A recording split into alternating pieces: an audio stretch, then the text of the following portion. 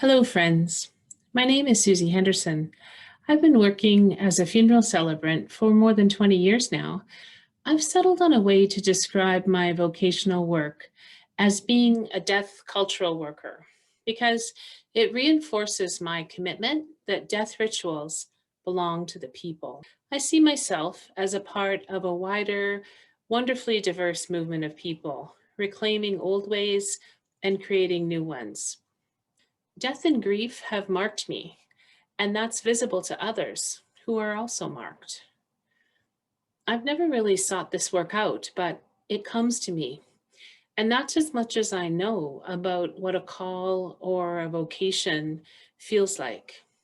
But I have come to learn that paying attention and making room in my life is a part of living it out. For me, that often comes in the form of making art. Art that can be used in community acts of remembering.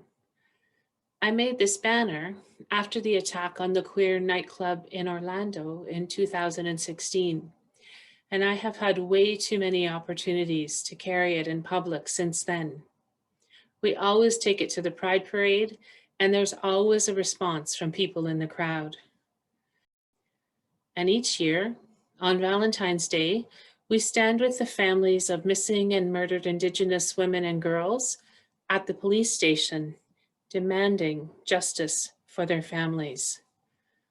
Making room is both personal and political. Death cultural work involves claiming the right and the rights to care for the dead. For many of us, the medical establishment and the funeral industry have appropriated our role in caring for the dead. They have colonized that work in a way that separates us from it. Although some communities have preserved their practice, certainly my relatives have come so far from the sacred and ordinary work of caring for people at the time of death that we can hardly imagine taking it back. I get asked all the time if this is even legal.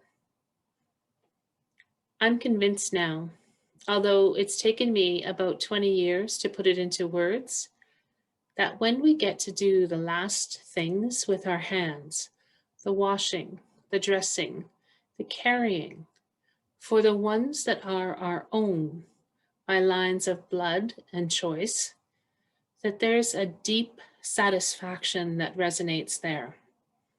It feels like a primal circuit that connects, a cycle that completes, an ancient echo that sounds.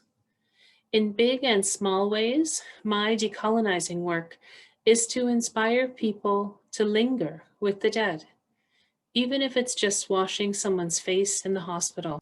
Because I resist the authority of the designated professional, I choose to stand here as an intentionally unlicensed practitioner.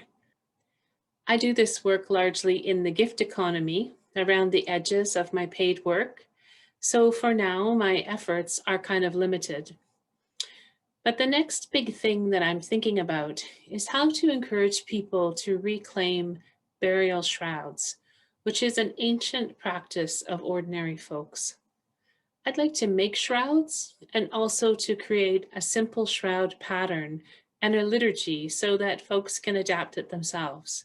Those are some of the things that I'm thinking about, the way that I see this vocation and how I'm trying to live it out. Thanks so much for listening.